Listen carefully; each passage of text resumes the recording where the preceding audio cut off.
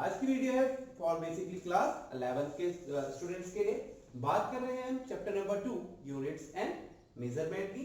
आज का जो टॉपिक रहेगा वो क्या रहेगा हमारा डायमेंशन एनालिसिस। ओके, तो सबसे पहले first of all in previous lecture I have discuss about what is fundamental units और basically what is fundamental physical quantities and what is derived units और डिराइव्ड physical quantities.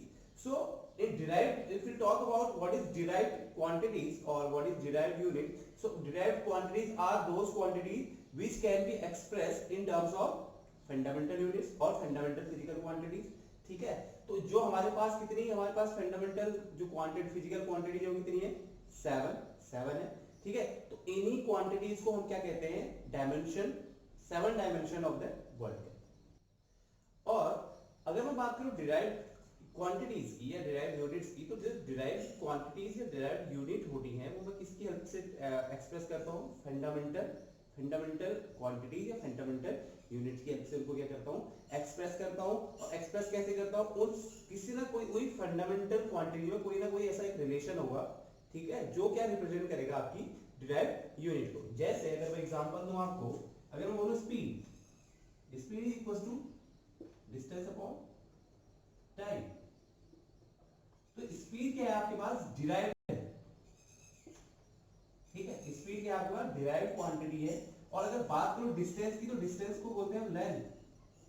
लेंथ आपकी क्या है fundamental quantity है। ठीक है, और time क्या है आपके पास, टाइम भी क्या है फंडामेंटल क्वांटिटी है। तो हम क्या कर रहे हैं दो फंडामेंटल क्वांटिटी को एक के बीच एक ऐसा रिलेशन स्टैब्लिश कर रहे हैं जो हमें क्या दे रहा है स्पीड दे रहा है। और स्पीड देने का मतलब जो हमें क्या दे रहा है डिराइव्ड क्वांटिटी दे रहा है या डिराइव्ड यूनिट दे रहा है। So we have 7 fundamental units or 7 fundamental physical quantities. So if we talk about the dimension of these quantities, so for length की जो डायमेंशन होती है वो क्या होगी, ऐसे रिप्रेजेंट करेंगे उसको हम L। देखिए ये ब्रैकेट यहाँ पे कभी भी आप किसी भी डायमेंशन को आप अगर डिनोट कर रहे हैं या लिख रहे हैं तो ये ब्रैकेट वहां पर लगना क्या है मोस्ट इंपोर्टेंट है। ठीक है, ये ब्रैकेट हर जगह पे लगेगा, जहां पे भी आप डायमेंशन निकालेंगे तो फाइनली ये ब्रैकेट लगना वहां पर इंपोर्टेंट है। तो ये इसको लिखने का क्या है तरीका है। ठीक है, डायमेंशन ऑफ लेंथ क्या होगी आपकी L, कैपिटल L से रिप्रेजेंट करते हैं उसको, किसमें बंद कर देते हैं ब्रैकेट में। अगर बात करूं डायमेंशन ऑफ मास, मास को लिखने का है कैपिटल L। ठीक, dimension of time, dimension of time को क्या लिखते हैं कैपिटल T। अगर बात करूं टेम्परेचर की, टेम्परेचर तो देखो बहुत सारे बच्चे कंफ्यूज करते हैं कि टेम्परेचर को कहीं हम T तो नहीं लिखते हैं, नहीं। टेम्परेचर की जो फंडामेंटल यूनिट होती है वो क्या होती है कैलोरी। तो इसको लिखने का तरीका क्या है, हम क्या करेंगे एक ब्रैकेट बनाएंगे और उसमें क्या लिखेंगे K लिखेंगे। टेम्परेचर का हमेशा क्या होगा K और टाइम का होगा T। तो इसमें बच्चे बहुत कंफ्यूज करते हैं कहीं टेम्परेचर का T ना लिखें, टेम्परेचर का क्या होता है K होता है। ठीक, बात करो अगर नेक्स्ट की, तो करंट की जो डायमेंशन होती है वो क्या होती है ब्रैकेट, यूनिट क्या होती है एम्पियर, तो इसको लिखने का ये तरीका है। अब अगर बात करूं किसकी ल्यूमिनस इंटेंसिटी की,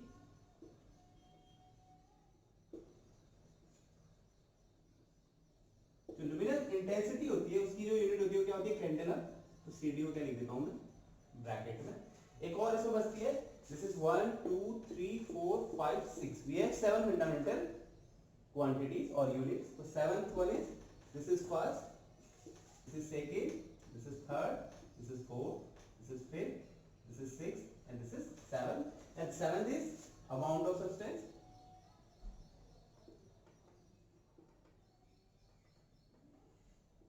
Amount of substance can be represented by, so these are the dimensions of all the fundamental quantities और ऑल द फंडामेंटल यूनिट्स। तो ये क्या है इनकी डायमेंशन है। तो इन्हीं की हेल्प से मैं क्या करूंगा जो भी डिराइव्ड यूनिट है या जो भी डिराइव्ड क्वांटिटीज है उनकी क्या निकालूंगा डायमेंशन निकालूंगा। मतलब उन डिराइव्ड यूनिट को मैं क्या करूंगा अब इन डायमेंशन में क्या करूंगा रिप्रेजेंट करूंगा। जैसे हम अभी तक क्या पढ़ रहे थे यूनिट पढ़ रहे थे, यूनिट की तरह क्या है डायमेंशन भी है। तो हम भी क्या करेंगे जैसे हमने यूनिट पढ़े थे वैसे हम क्या पढ़ेंगे डायमेंशन। अब बात है कि डायमेंशन आखिर है क्या। ठीक, जैसे अब एग्जांपल फॉर एग्जांपल, जैसे मैं अभी स्पीड की बात की, स्पीड की बात करता हूं, स्पीड इज इक्वल टू क्या होता है, डिस्टेंस अपॉन टाइम। ठीक है, this is the formula of speed. अच्छा, डिस्टेंस को हम बोलते हैं लेंथ, और लेंथ का आपका डायमेंशन क्या होता है आपका एल। तो डिस्टेंस के लिए क्या लिख सकता हूं मैं, ठीक है, टाइम टी, तो टाइम के लिए क्या लिख दिया मैंने, टी। ठीक है, अगर टी को ऊपर ले जाऊं तो क्या हो जाएगा, एल, एल ही रहा, टी की पावर 1 है, ऊपर जाएगी तो -1 हो जाएगी, तो क्या हो जाएगा एल टी माइनस। और अगर यहाँ पे देखो तो मास यहाँ पर क्या है, मास है ही नहीं, तो इसको इस तरीके से भी लिख सकता हूं, दैट इज m की पावर 0, की मास है नहीं, l, l तो है ही, l भी लिख सकते हैं, l1 भी लिख सकते हैं, एंड t माइनस 1। ठीक है, और इसको क्या कर देंगे हम, ब्रैकेट में क्या कर देंगे, बंद कर देंगे। ठीक है, तो जो स्पीड है उसकी डायमेंशन क्या आई, m0 l1 t माइनस 1। इसका क्या मतलब है, देखो इसका मतलब है यहां पर इसकी डायमेंशन बोलूं तो 0 1 एंड -1, मतलब m की जो पावर है वह है 0, l की पावर वो क्या है 1, और t की पावर क्या है -1। तो डायमेंशन का मतलब क्या है कि हम इन फंडामेंटल यूनिट्स की पावर में उस डिराइव्ड यूनिट को या उस डिराइव्ड क्वांटिटी को क्या लिख सकते हैं। ठीक, अब यहाँ पे एक क्वेश्चन आता है कि LT -1 था, m कहां से आ गया। ठीक है, तो देखिए जब बेसिक तीन, ये हमारी सबसे बेसिक यूनिट होती है लेंथ मास टाइम।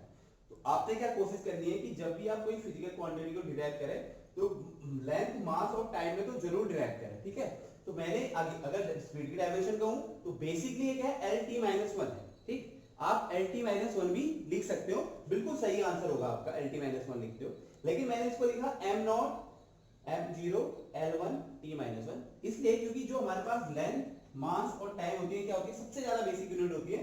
तो हमने कोशिश करनी है कि किसी भी फिजिकल क्वांटिटी को या किसी भी डिराइव्ड क्वांटिटी को हमने क्या करना है, तीनों के रेस्पेक्ट में रिप्रेजेंट करना ही करना है। अगर आप इसको LT -1 भी रखेंगे वो भी सही है, मैंने इसको m0 l1 t -1 रख दिया, ये भी सही है। अब m0 की वैल्यू का क्या होती है, 1 होती है, तो इससे कोई फर्क पड़ने वाला नहीं है। दूसरा क्वेश्चन कि सर आपने m तो लिखा, आप k नहीं लिखे, आपने a नहीं लिखा, आपने cd नहीं लिखा, आपने मोल नहीं लिखा। तो ये नहीं लिखा क्योंकि मैंने बताया कि ये तीन क्या है, बेसिक यूनिट है, सबसे ज्यादा बेसिक है। ठीक है, तो इनको मैंने लिखना ही लिखना है, किसी भी फिजिकल क्वांटिटी को इसमें रिप्रेजेंट करना ही करना है। बात रही टेम्परेचर, करंट और ल्यूमिनस इंटेंसिटी और अमाउंट ऑफ सब्सटेंस की, जब भी इनसे रिलेटेड कोई टर्म, जब भी इनसे रिलेटेड कोई टर्म अगर इस फॉर्मूले में आता है कहीं पर, तभी हम क्या करते हैं, जो बची हुई हमारे पास है यहां से नीचे को हम यहां तक, वो तभी लेते हैं जब वो टर्म कहां होंगे, उस फॉर्मूले में आएंगे। ठीक है, अदरवाइज सिंपली आपको क्या करना है, लेंथ मास और टाइम के रिस्पेक्ट में बताना है। अगर आप खाली LT -1 भी लिख रहे हैं तब भी कोई प्रॉब्लम नहीं है, तब भी वो फॉर्मूला क्या माना जाएगा, सही माना जाएगा। लेकिन इसको m0 l1 t -1 के फॉर्म में लिखा, ये भी सही माना जाएगा। ये क्या है, बस एक लिखने का तरीका है। तो आपने कोशिश करनी है कि किसी भी फिजिकल क्वांटिटी को आपने, अगर उसमें लेंथ है, मास है, टाइम है, भले दो चीजें नहीं एक चीज है, तो आपने कोशिश करनी है उसको तीनों के फॉर्म में क्या करना है, रिप्रेजेंट करना है। भले की जो अदर फोर क्वांटिटी है, फिजिकल क्वांटिटी या फिर फंडामेंटल क्वांटिटी, अगर ये दी नहीं भी है, जब तक ये दी नहीं होगी तो इनको लिखने की कोई जरूरत नहीं है, लेकिन इन तीनों को आपने हमेशा क्या करना है, वहां पर लिखना है। So if I want to explain or define what is dimension, so the dimension of a physical quantity are the powers or exponent to which the fundamental quantities must be raised to represent that quantity completely. Okay? For example, suppose अगर मैं बोलूं density, density का dimension का क्या मतलब है? What is the dimension for density? Density का मतलब क्या होता है? That is mass upon volume। ठीक है, मास अपॉन वॉल्यूम मतलब मास m, मास अपॉन वॉल्यूम का मतलब है length into length. Now what is the dimension of mass? The dimension of mass is m। Okay, what is the dimension of l? l into l into,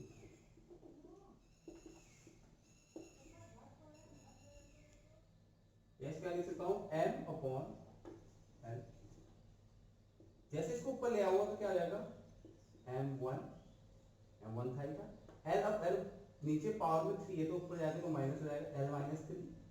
देखिए मैंने आपको बोला कि 3 तो represent करने में t है नहीं तो t को क्या लिख दूं मैं 0। तो this is the dimension of density and what it represent इसका मतलब क्या है, इसकी जो डायमेंशन हो गया है 1 -3 एंड 0। इसका मतलब है मास 1 ऑफ द मास, मतलब मास की पावर 1, लेंथ की पावर कितनी, लेंथ की पावर -3 और टाइम की पावर 0। तो इसको मैं क्या कर सकता हूं, मास की पावर 1 और एल की पावर -3 में रिप्रेजेंट कर सकता हूं। मतलब क्या कर रहा हूं, पावर में रिप्रेजेंट कर रहा हूं। तो इसी को हम क्या बोलते हैं, dimension. Now I am telling you some dimension of some physical quantity. ठीक है, इसमें से कुछ क्वांटिटी आपको आपके जिसके बारे में आपको पता है वो होंगी। मैं कोशिश करूंगा कि मैं सिर्फ उन्हीं क्वांटिटीज का अभी डायमेंशन आपको बताऊं जो आपको पता है। बाकी कुछ टर्म्स क्या आएंगे आगे, जब हम आगे पढ़ते रहेंगे सिलेबस में आगे बढ़ते रहेंगे तो हमें हर जगह एक अलग अलग टर्म मिलेगा। तो वहां पे हमें डायमेंशन निकालना, जैसे हम यूनिट निकालते हैं हम डायमेंशन में यहाँ पे हम निकालेंगे। तो कुछ टर्म मैं हो सकता है बुक में दिए हूँ और आपको मैं यहाँ ना बता रहा हूँ, इट मीन्स कि आपको उसके बारे में कुछ पता नहीं है। ठीक है, तो जिन फिजिकल क्वांटिटीज के बारे में आपको बेसिकली पता है, I will tell you about these all the quantity. So now first start from area. Area को हम क्या लिखते हैं, length into length, length into length ही हुआ, लेंथ इंटू ब्रेथ कह दूं मैं, या लेंथ इंटू लेंथ कर देता हूं। ठीक है, लेंथ इंटू लेंथ। तो लेंथ इंटू लेंथ का मतलब है एक एल की डायमेंशन है, दूसरे की डायमेंशन है। अब ना एम है यहाँ पर ना टी है, तो इसका डायमेंशन क्या हो जाएगा m0 l2 t0। It means the dimension of area in mass is 0, in length is 2 and in time is 0। एक और important चीज, with the help of this dimension we can also find out the unit of the physical quantity। m0 है, kilogram 0 में चला गया, t0 है, time second में भी 0 में चला गया, मतलब उसकी वैल्यू 1 होगी दोनों की। तो बच क्या गया हमारे पास l स्क्वायर, और l को l की जो यूनिट है वो क्या होती है मीटर। तो मीटर l स्क्वायर का मतलब है मीटर स्क्वायर। तो जो यूनिट होती है इसकी एरिया की वो क्या होती है metre square. So with the help of dimension analysis you can also find out the unit of the given physical quantity. Okay, अब बात करो सेकंड वॉल्यूम। वॉल्यूम क्या होता है, volume is the length into breadth into height. ठीक है, length into breadth into height, या length का क्यूब भी होता है। तो लेंथ तीनों क्या रिप्रेजेंट करनी है, लेंथ रिप्रेजेंट करनी है, तो डायमेंशन क्या हो जाएगा n into n into n n। अगर इसको मैं प्रॉपर फॉर्म में लिखूं तो l0 l3 t0। ठीक है, अगर इसकी यूनिट की बात करूं m किलोग्राम, m ये 1 इसकी पावर अगर 0 होती है तो इसकी वैल्यू 1 होती है। तो बचा l क्यूब, l को क्या लिखता हूं मैं, l की जो यूनिट है वो क्या है मीटर है, तो इसका यूनिट जो हो जाएगा क्या हो जाएगा मीटर क्यूब। तो वॉल्यूम का जो यूनिट होगा वो क्या होता है मीटर क्यूब होता है। ठीक, डेंसिटी की अभी मैंने आपको बता दी थी क्या होती है। तो लेट्स स्टार्ट स्पीड और वेलोसिटी। स्पीड और वेलोसिटी लगभग सेम है, स्पीड बस स्केलर है और vector that's velocity is a vector quantity. Speed का फॉर्मूला क्या होता है, डिस्टेंस अपॉन टाइम। डिस्टेंस को किस पर रिप्रेजेंट करता हूं लेंथ पे, लेंथ का डायमेंशन l, टाइम का डायमेंशन t। इसको लिख दूं l t की पावर 1 है, ऊपर नीचे 1 है, ऊपर आएगा माइनस हो जाएगा l t माइनस, या m0 l t minus। It means the dimension of speed or velocity in mass is 0, in length is 1 and in time is -1। अच्छा, इसकी यूनिट भी आप निकाल सकते हैं। L की यूनिट क्या होती है मीटर, और टाइम की यूनिट क्या होती है सेकंड, तो मीटर पर second. Means with the help of dimension analysis आप क्या कर सकते हैं यूनिट निकाल सकते हैं। नेक्स्ट में मैं यूनिट नहीं निकालूंगा तो आप खुद निकाल सकते हो, ठीक है। तो ये क्या है इसकी dimension. Now next one is acceleration. Acceleration क्या होता है? Change in velocity upon time, change in velocity upon time. तो चेंज इन वेलोसिटी का जो डायमेंशन होगा, चेंज इन वेलोसिटी, चेंज किसके साथ होगी? टाइम के साथ। तो क्या होगा? एल टी माइनस वन, क्योंकि change in velocity, change in velocity का फॉर्मूला देखो तो जो वेलोसिटी हो रही है टाइम के साथ चेंज हो रही है, तो उसका जो डायमेंशन हो जाएगा क्या हो जाएगा? एल टी माइनस वन, ठीक। अब बाकी नीचे टाइम का रहा ही रहा, टी डायमेंशन। अगर इसको ऊपर ले जाऊं तो प्लस का नीचे वन है, ऊपर जाएगा तो माइनस का वन हो जाएगा, माइनस माइनस ऐड हो जाएंगे विद साइन, तो क्या हो जाएगा? That is L T minus, और उसको प्रॉपर फॉर्म में लिखो तो क्या हो जाएगा? M zero L T minus. तो this is the dimension of acceleration. Next अगर मैं बात करूं मोमेंटम, आपने पढ़ा है मोमेंटम p। मोमेंटम का फॉर्मूला क्या होता है? Mass into velocity, mass into velocity. तो मास का डायमेंशन क्या? कैपिटल है। वेलोसिटी का डायमेंशन अभी मैंने निकाला था यहां पर, स्पीड और वेलोसिटी का, एल टी माइनस वन या M zero L T minus one, ठीक है। तो M G one plus zero तो वन हो गया, तो इसका जो डायमेंशन होगा क्या होगा? M L T minus. So this is the dimension of moment. Now the next one, force.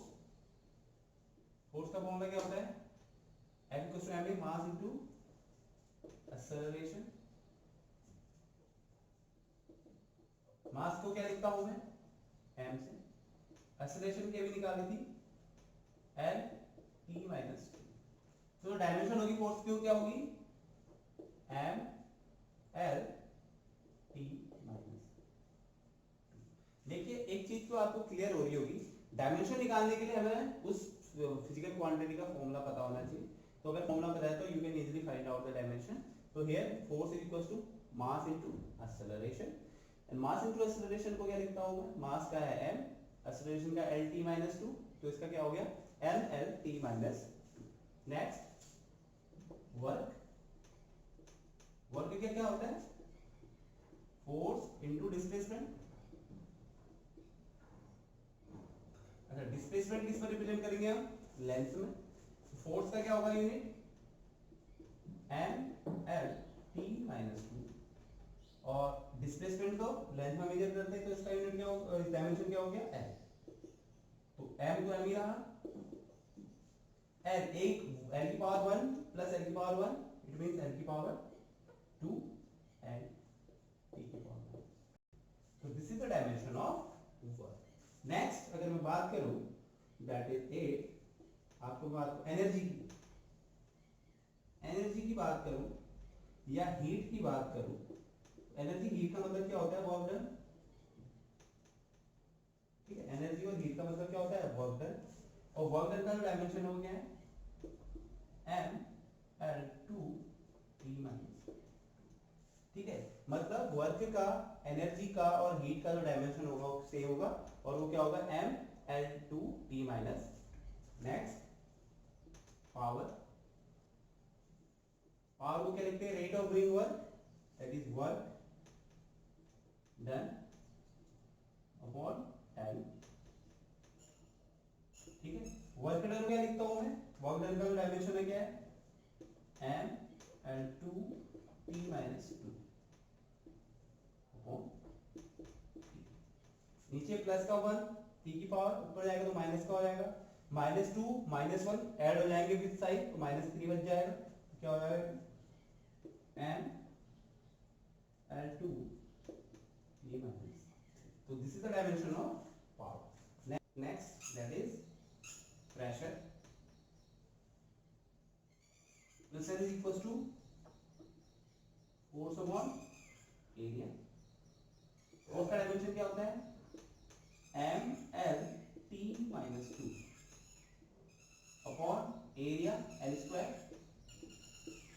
इसको ऊपर ले गया, लेकिन यहाँ पे +1, यहाँ नीचे प्लस का 2 ऊपर जाएगा, माइनस का 2 हो जाएगा, तो 1 - 2 कितना होगा -1, तो इसका डायमेंशन क्या हो जाएगा m l - 1 t minus, this is the dimension of pressure. Next 11 stress. देखिए स्ट्रेस और प्रेशर लगभग लगभग सेम है। जो प्रेशर होता है due to the external force होता है, ठीक है, और जो स्ट्रेस होता है ड्यू टू इंटरनल फोर्स होता है। तो स्ट्रेस को हम क्या लिख सकते हैं, that is force upon area. Force का क्या होता है m l t - 2 upon t2, क्या हो जाएगा m l - 1 t - 2। so this is the dimension of stress। next number impulse। Impulse एक ऐसा क्वांटिटी है फिलहाल जिसके बारे में आपको पता नहीं है। तो इम्पल्स का मतलब होता है large amount of force in a very short period of time, ठीक है, आगे जब हम पढ़ेंगे तब आएगा। तो बेसिकली इम्पल्स जो होता है वो क्या होता है, फोर्स इनटू टाइम होता है। क्या होता है, फोर्स इनटू टाइम। तो फोर्स का क्या होता है m l t - 2 और टाइम का होता है t। इसका जो डायमेंशन होगा क्या हो जाएगा m l t। अच्छा, कुछ हमारे पास कांस्टेंट होते हैं, कांस्टेंट जैसे ग्रेविटेशनल कांस्टेंट है ना, या प्लैंक कांस्टेंट है, ठीक है। तो कुछ कांस्टेंट होंगे, किसी की यूनिट डायमेंशन होती है, किसी की नहीं होती है। तो उसमें एक डायमेंशन बताऊं, अगर ग्रेविटेशनल कांस्टेंट की बताऊं तो जो फॉर्मूला होता है ग्रेविटेशनल फोर्स का वो क्या होता है g m1 m2 upon r square का। अब मुझे किसकी निकालनी है यहाँ पर डायमेंशन, ग्रेविटेशनल कांस्टेंट g की, ग्रेविटेशनल कांस्टेंट g। तो अगर यहाँ पे g का फॉर्मूला निकालो तो g क्या हो जाएगा f r square upon m1 m2, ठीक है। ये किसका फॉर्मूला हो गया, ग्रेविटेशनल कांस्टेंट g का, क्या f r square upon m1 m2। तो फोर्स का डायमेंशन क्या होता है m l t - 2, r का क्या होता है l स्क्वायर, लेंथ का स्क्वायर, ठीक है, मास m। तो देखो एक मास से तो एक मास कैंसिल हो गया इसका, ठीक है। तो ये ऊपर जाएगा तो m की पावर +1 ऊपर जाएगा -1 हो गया, ठीक है। l एक l है, दो l है, तो 1 + 2 3, तो l 3 टाइम्स पावर -2 है तो t - so m - 1 l 3 t - 2 is the dimension of this gravitational constant g। now 14, that is angle। angle is a very special thing। क्यों, देखो एंगल इज इक्वल टू क्या होता है आर्क अपॉन रेडियस। दोनों क्या है, क्या रिप्रेजेंट करती है, लेंथ अपॉन, आर्क भी लेंथ रिप्रेजेंट करती है, रेडियस भी लेंथ रिप्रेजेंट करती है। तो डायमेंशन की बात करूं तो l अपॉन n हो जाएगा, कैंसिल, तो ये क्या बन जाएगा, कोई डायमेंशन है इसकी ना, इसमें m है ना, इसमें l है ना, इसमें क्या है t है, मतलब m 0 है, l भी 0 है, t भी 0 है। तो इसको मैं क्या बोलूंगा, डायमेंशन लेस। इसको क्या बोलूंगा मैं, डायमेंशन लेस क्वांटिटी। लेकिन एक और चीज है, तो डायमेंशन लेस क्वांटिटी, लेकिन जो इसकी यूनिट होती है वो क्या होती है, that is radian.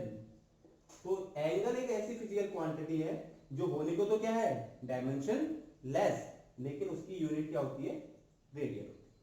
Now 15, this is also special, that is trigonometry constant. Trigonometry जितने फंक्शन होते हैं, जैसे आपके पास साइन थीटा है, कॉस थीटा है, टेन थीटा है, तो इनकी डायमेंशन क्या होगी, देखो जब भी हम साइन थीटा कॉस थीटा निकालते हैं, hypotenuse upon perpendicular upon base निकाला है, परपेंडिकुलर अपॉन कुछ भी निकाला है, तो वो जो रेशियो होता है, ये रेशियो ट्रिग्नोमेट्रिक जो रेशियो है, ये हमेशा किसके रेशियो होते हैं, लेंथ के ही रेशियो होते हैं, ठीक है, लेंथ अपॉन लेंथ।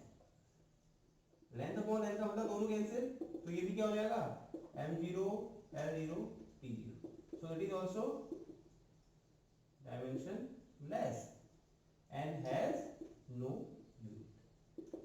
ये ऐसी क्वांटिटी है जिसकी जो डायमेंशनलेस भी है और इसकी कोई भी यूनिट नहीं है। कौन से? दैट इज ट्रिग्नोमेट्री रेशियो है, जो भी साइन है, cos है, tan है, cosec है, sec है, cot है, तो ये क्या है? ट्रिग्नोमेट्री रेशियो कहते हैं। ये हमेशा क्या रिप्रेजेंट करते हैं? लेंथ का रेशियो रिप्रेजेंट करते हैं, और लेंथ का रेशियो का मतलब है कैंसिल आउट हो जाएगा, तो ये क्या मिलेगा हमें? डायमेंशनलेस क्वांटिटी मिलेगी, और इसकी जो कोई यूनिट नहीं। अच्छा नेक्स्ट सेम चीज, और that is relative density. Relative density, relative density is the density of the substance, density of any substance upon density of water, कहां पर? 4 डिग्री सेल्सियस पे। आखिर 4 डिग्री सेल्सियस पे ही क्यों? बाद में कभी बात करेंगे तो वहां पर आएगा। तो डेंसिटी, दोनों डेंसिटी है, रेशियो है, डेंसिटी डेंसिटी कैंसिल, ठीक है, डेंसिटी और डेंसिटी कैंसिल, तो ये भी क्या रिप्रेजेंट करेगा? m0 l0 t0 means dimensionless and no unit. तो ये तीन स्पेशल है, क्योंकि ये जो ट्रिग्नोमेट्री रेशियो होते हैं और रिलेटिव डेंसिटी होती है, क्या होते हैं? डायमेंशनलेस, और इनकी कोई यूनिट भी नहीं। जबकि एंगल की बात करूं तो angle is dimensionless quantity but it unit is radian. Now 17, that is what? Time period. Time period का क्या होगा? टाइम पीरियड को हम रिप्रेजेंट करते हैं t, इसका डायमेंशन क्या होगा? m0 l0, ठीक है। ऐसे फ्रीक्वेंसी, जो मैं सिर्फ वही टर्म्स बता रहा हूँ जो आपको पता है, ठीक है। बाकी बहुत सारे टर्म्स और फिजिक्स में यूज होंगे जो बहुत सारी बुक्स में दिए हुए हैं, क्योंकि आपको उसके बारे में बहुत ज्यादा नॉलेज नहीं है, इवन आपको फॉर्मूला तक पता नहीं, तो मैं उनके बारे में नहीं बता रहा हूँ। जब जब आगे आगे हम उन चैप्टर्स को पढ़ते रहेंगे, जहाँ पे वो टॉपिक आएगा हम वहाँ पे उसके डायमेंशन जरूर निकालेंगे। तो 18 की बात करूँ, दैट इज फ्रीक्वेंसी। फ्रीक्वेंसी क्या होता है? 1 upon time period. 1 upon time period का मतलब that is 1 upon T, dimension m0 l0 t minus, okay. अच्छा एक और that is a very important, that is आपने पढ़ा होगा आइडियल गैस इक्वेशन या परफेक्ट गैस इक्वेशन, ठीक है। वो क्या होती है? PV इक्वल्स टू nRT, ठीक है। इसके बारे में तो लगभग बच्चों को पता होता है। This is ideal gas equation, PV equals to nRT। यहाँ पे जो R होता है इसको बोलते हैं क्या? गैस कांस्टेंट, ठीक है। तो अगर आपको कहीं कहीं पे पूछा जाता है कि R की डायमेंशन बताओ, तो यहाँ से अगर मैं R की डायमेंशन बताऊं तो R इक्वल टू क्या हो जाएगा? That is PV upon N into T, ठीक है। अच्छा P क्या होता है? प्रेशर, प्रेशर का M, L minus 1 T minus 2 dimension, volume L3, okay, ठीक। L3 हो गया। अच्छा this N represent mole amount of substance which is mole, और T, T यहाँ पे क्या रिप्रेजेंट कर रहा है? टेम्परेचर रिप्रेजेंट कर रहा है। तो इस T का जो डायमेंशन होगा वो क्या होगा? K होगा। तो अगर मैं इसकी डायमेंशन निकालूं तो क्या होगा? देखो M, ये -1 plus 3 L2 T minus 2 K inverse and more inverse. So this is the dimension of this gas constant, that is R. इसको हमने गैस कांस्टेंट, और फिर डायमेंशन होगी ml2 t minus 2 k Kelvin minus 1 mole minus 1. Now 20, that is electric charge. अब जब हम बात करते हैं फंडामेंटल यूनिट्स की, तो करंट हमारे पास फंडामेंटल यूनिट वो है, फिजिकल क्वांटिटी है, ठीक है। चार्ज तो है नहीं, तो इसको हम क्या करेंगे? करंट के टर्म में लाएंगे। तो करंट इक्वल्स टू क्या होता है? चार्ज अपॉन टाइम, या चार्ज इक्वल्स टू क्या हो जाएगा? Current into time. तो करंट का क्या हो सकता है? ए एम्पियर, और टाइम का क्या होता है? तो इसकी डायमेंशन लिखूं, एम तो है नहीं, 0 L0 T, T भी P है यहाँ पर, so this is the dimension of electric charge, that is m0 l0 t a, okay. After that electric potential,